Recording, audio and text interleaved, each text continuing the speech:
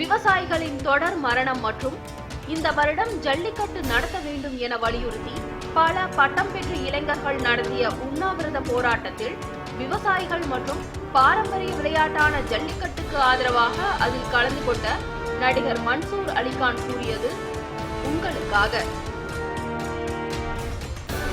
150க்கும் மேற்பட்ட விவசாயிகள் உயிர் இழந்திருக்காங்க. அது இந்தியாவிலேயே இது வெட்கக்கேடான விஷயம். கர்நாடகா தண்ணி தரலை, அதனால் ஆற்றுல தண்ணி வரலை, அது ஒரு காரணம். காமராஜருக்கு அப்புறம் யாரும் டேம் கட்டலை, நான் மேலே ஓடுது மெட்ரோ ட்ரெயின், சாலைகள் புனரமைக்கப்பட்டிருக்கு, மிகப்பெரிய பெரிய சாலைகள் புனரமைக்கப்பட்டிருக்கு, மேம்பாலங்கள் நம்ம மக்களின் மாடர்ன் வசதிக்காக எல்லாம் கட்டப்பட்டிருக்கீங்கள. விவசாயிகளுக்கு அடிப்படையான இன்ஃப்ராஸ்ட்ரக்சரான இந்த டேம்கள் கட்டப்படலை.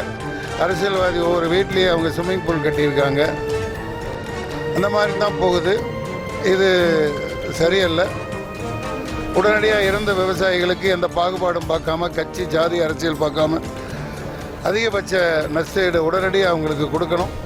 சொல்லப்போனால் அந்த டாஸ்மாக் நடத்துகிற கவர்மெண்ட்டு, சாராய வைக்கிற கவர்மெண்ட்டு விவசாயத்தை கையில் எடுத்து ஏக்கர் கணக்காக ஒவ்வொரு விவசாயிகள்கிட்ட இருந்து அவங்களோட உற்பத்தி பொருளை அதிகபட்ச விலை கொடுத்து வாங்கி உற்பத்தியை பெருக்கலாம், ஊக்குவிக்கலாம். நான் இன்னொன்று இந்த ஆவுன்னா கோர்ட்டுக்கு போகிறது, சண்டை போடுறது. அம்மா மகாராட்சி ஜெயலலிதா அம்மா உயிரோடு இருந்தாங்க. இருந்த வரைக்கும் அவங்க இருந்திருந்தால் இந்த செத்துருக்க மாட்டாங்களோ என்னவோ, போராடி எல்லாம் ஏதோ கொஞ்சம் வாங்கி கொடுத்துட்டு இருந்தாங்க. இன்றைக்கி எங்கே பார்த்தாலும் ஒரே அரசியல் பதவி அது இதுன்னு போட்டு ரொம்ப கேவலமாக இருக்குது பார்க்குறதுக்கு. விவசாயிகள் இத்தனை பேர் இறந்தது மிக மன்னிக்கப்பட முடியாத குற்றம் நம்ம அரசியலில். அரசியல்வாதிகள் அதுக்கு உடனடியாக ஏதாவது நடவடிக்கை எடுக்கணும். இந்த காவிரி படுகையில் அங்கங்கே ஆழ்துளை கிணறுகள் இந்த மாதிரி பெரிய பெரிய போர்கள் அமைச்சு எந்த காலத்துக்கும் யாருக்கையும் நம்பி இல்லாதபடி இலவச மின்சாரம்னா இந்த மாதிரி 3 லட்சம் கட்டணும், 4 வருஷம் காத்திருக்கணும், அந்த மாதிரி இருக்கக்கூடாது. உடனடியாக 24 மணி நேரத்தில் கனெக்ஷன் கொடுக்கணும். விவசாயிகளுக்கு இலவச மின்சாரம் கொடுக்கணும். நானே இதில் முன்னாடி தொலைக்காட்சிக்கு சொன்னேன், ஒரு 10, 50, 100 போர்கள் போட்டு அங்கேயே எந்த ஊரை கூப்பிடுங்க, அங்கே அமைச்சு ஒரு 100 ஏக்கர் 200 ஏக்கர்னு இப்படி நம்ம சுயமாக நம்மளே அதை நிவர்த்தி பண்ணிக்கிற வேலையை ஆரம்பிப்போம் அப்படின்னு சொன்னேன். அதை எல்லோரும் அது போன்று முன் வரணும். ஜல்லிக்கட்டுங்கிறது தடை போடுறதுங்கிறது வெட்கக்கேடான செயல். சரியாக உடனடியான ஒரு அவசர சட்டம், அதுவும் சாதாரணம் இல்லை, நிரந்தரமான ஒரு அவசர சட்டம் போடணும். எந்த அரசாங்கமும் எந்த கோர்ட்டும் இதை தலையிடுறதுக்கு உரிமை கிடையாது. இது தமிழர் பண்பாடு, எங்கள் வீர விளையாட்டு. காளை மாடுங்கிறது எங்களோட உடன் பிறந்தது. மாடுபிடி வீரர்களெல்லாம் இன்றைக்கி தமிழர் பண்பாடு, அதுக்கு நாள் கணக்காக சொல்லிக்கிட்டு போகலாம். சங்ககால இலக்கியங்கள்லேருந்து முகஞ்சோதரா ஹரப்பா அந்த இதில் 20,000 ஆண்டுகளுக்கு முன்னாடி சரித்திரத்தை எடுத்து பார்த்தா அதில் தமிழ் இன மொழியும் இந்த மாடுபிடி இதுவும் எல்லா சின்னங்களும் அதில் இருக்குது. இதை எங்களை பாரம்பரிய கலாச்சார அழிவை திட்டமிட்டு சில சக்திகள் பண்ணிக்கிட்டு இருக்காங்க. அது மிகப்பெரிய அழிவை உங்களுக்கு உண்டு பண்ணுங்கிறத நான் சொல்லிக்கிறேன். மற்றபடி நாங்கள் விலங்க ரொம்ப நேசிக்கிறவங்க. ஜல்லிக்கட்டு காளைங்கிறது முதல்ல அவங்களுக்கு மாடு வளர்க்க தெரியுமா, மாடுனா என்னென்னு தெரியுமா, அது பழகும், எங்கள் கூட விளையாடும். ஏன் குத்திட்டி மாதிரி தீட்டி சில வீரர்கள் உயிரை போக்கியிருக்கு. அதை ஒரு வீர மரணமாக ஏற்றிருக்கிறாங்க. வீர விளையாட்டு இது. அதனால் இது தடை போட்டிருக்கிறதே மிக அவமானமான செயல். நிரந்தரமாக இந்த மாதிரி தமிழர்கள் மீது இது கட்டவிழ்த்து விடப்பட்டு எப்போவுமே தமிழர்களை டென்ஷனில் வச்சுக்கிட்டு இந்த மாதிரி அரசியல் இனிமேலாம் எடுபடாது. இளைஞர்கள் மத்தியில் மிகப்பெரிய எழுச்சி வந்துருச்சு. இதை இனிமேல் வேடிக்கை பார்த்துட்டு இருக்க மாட்டோம்.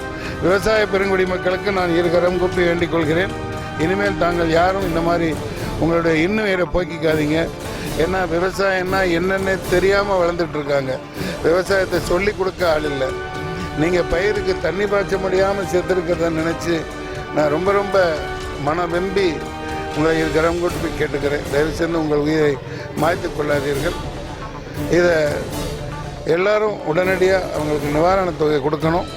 இனிமேல் விவசாயம் தலை தோங்கணும்.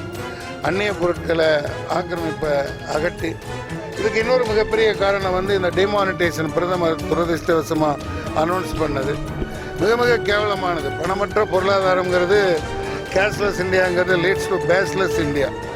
அவர் அந்த வகையில் பார்க்க போனால் prime minister become a crime minister இந்த இடத்துல. இவ்வளோ பேர் சாவுக்கு காரணமும் அது முக்கியமான காரணம். ஏன்னா பணமற்ற பொருளாதாரங்கிறது பொண்டாட்டி இல்லாமல் குடும்பம் நடத்துகிற மாதிரி ரொம்ப கேவலமாக இருக்கும். இது வந்து ஸ்கைப் பண்ணுனா எல்லாம் நக்கிட்டு போயிடும்.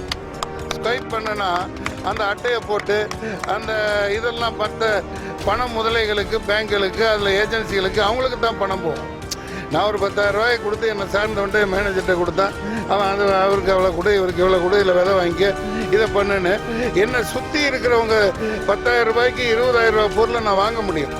அவ்வளவு பேரம் பேச முடியும், சரியாக புரிய வைக்க முடியும். என்ன சார்ந்து நம்மளை சார்ந்தவங்க பிழைப்பாங்க. இந்த ஆள் கார்டில் போடு, பேங்கில் போடு, எல்லாத்தையும் ஒயிட்டில் காட்டுனா எல்லாம் நக்கிட்டு போயிடுச்சு. இப்போ 100 ப்ரொடியூசர் இடத்த காலி பண்ணிட்டு ஊருக்கு போயிட்டாங்க. 3 மாதமாக பொழப்பில்லை. ஷூட்டிங் டெக்னீஷியன்ஸ் எல்லாமே சாவுறாங்க. ஸோ இந்த விவசாயிகள் இத்தனை பேர் சாவுக்கு பிரைம் மினிஸ்டர் ஒரு காரணம். அது இல்லாமல் 350 பேர் இந்தியா முழுக்க இந்த க்யூவில் நின்று ஏடிஎம் வாசலில் பேங்கில் க்யூவில் நின்று செத்துருக்காங்க. அவங்களுக்கு இதுவரைக்கும் ஒரு கண்ணீர் அஞ்சலி கூட பார்லிமெண்ட்டில் அவர் செலுத்தலை, நஷ்ட ஈடு கொடுக்கல. இதை நான் அரசியல் பேச வரலை. இது ரொம்ப கேவலமாக போயிட்டுருக்கு. இதை இனியும் இந்த இளைஞர் சமுதாயம் பொறுத்து கொள்ளாது. நன்றி, வணக்கம்.